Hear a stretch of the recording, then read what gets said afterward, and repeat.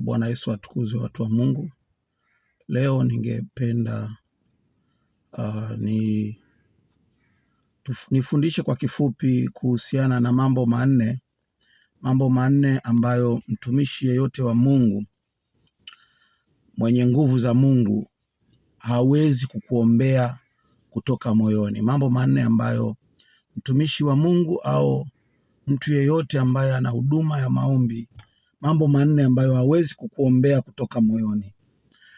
Jambo la kwanza, kama wewe ni mfanyabiashara, biashara ya kuuza labda dawa za kutibu binadamu, ama unafanya biashara ya kuuza majeneza, hii ni jambo ambalo kama utaenda kwa mtumishi kwamba naomba uniombee biashara yangu hii ya kuuza majeneza, naona haiendi, naona haitoki, kwa kweli sidhani kama anaweza kukuombea maombi yako ya sawa ya kutoka moyoni, kwa sababu maana yake ili akuombee biashara ya majeneza itoke, ina maana watu wafe, si ndio?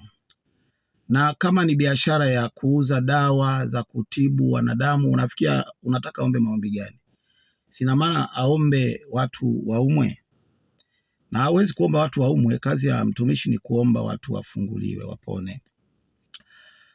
Kwa hiyo ukienda una biashara ya kuuza dawa za kutibu, atakuombea sawa, lakini sidhani kama itatoka moyoni kwamba atakuombea kwamba watu waumwe ili waje wa.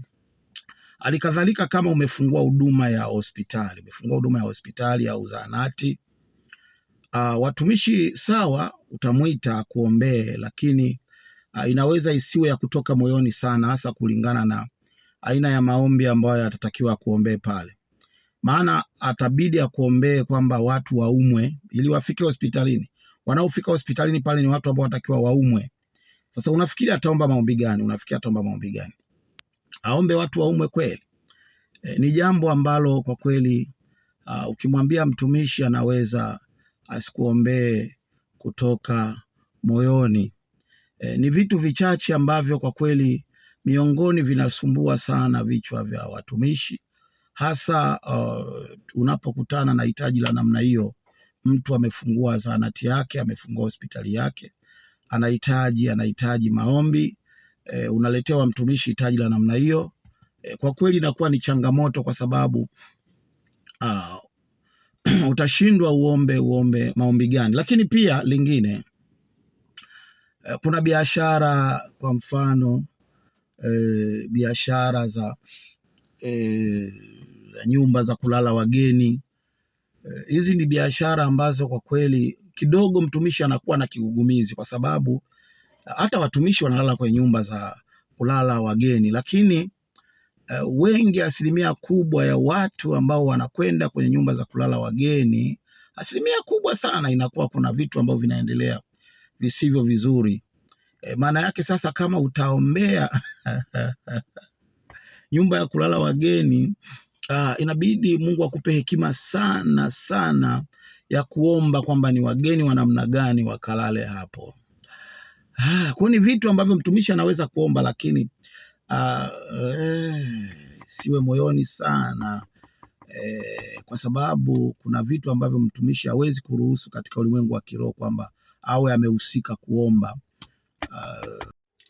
Lakini pia kama unafanya biashara labda ya kuuza vinywaji vikali, yani pombe, hizo pombe zipo za namna tofauti, siwezi kuzitaja. Labda mtu maana kuna huduma nyingine wanaruhusu kunywa kidogo.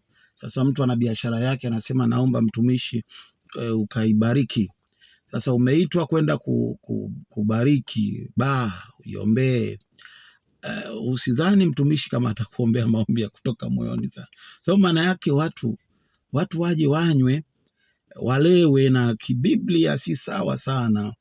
Hata wale wanaoruhusu ni kwamba ni vile kwa sababu tu huduma zao hakuna jinsi, zimeelekeza kwamba watu watumie kidogo wasilewe, watumie kidogo. Kitu kinapokuwa ni dhambi hakuna kutumia kidogo. Huwezi kutumia uzinzi kidogo, huwezi kutumia. Niache tu ipo hapo, lakini kwa leo niishie hapo. Mungu akubariki sana.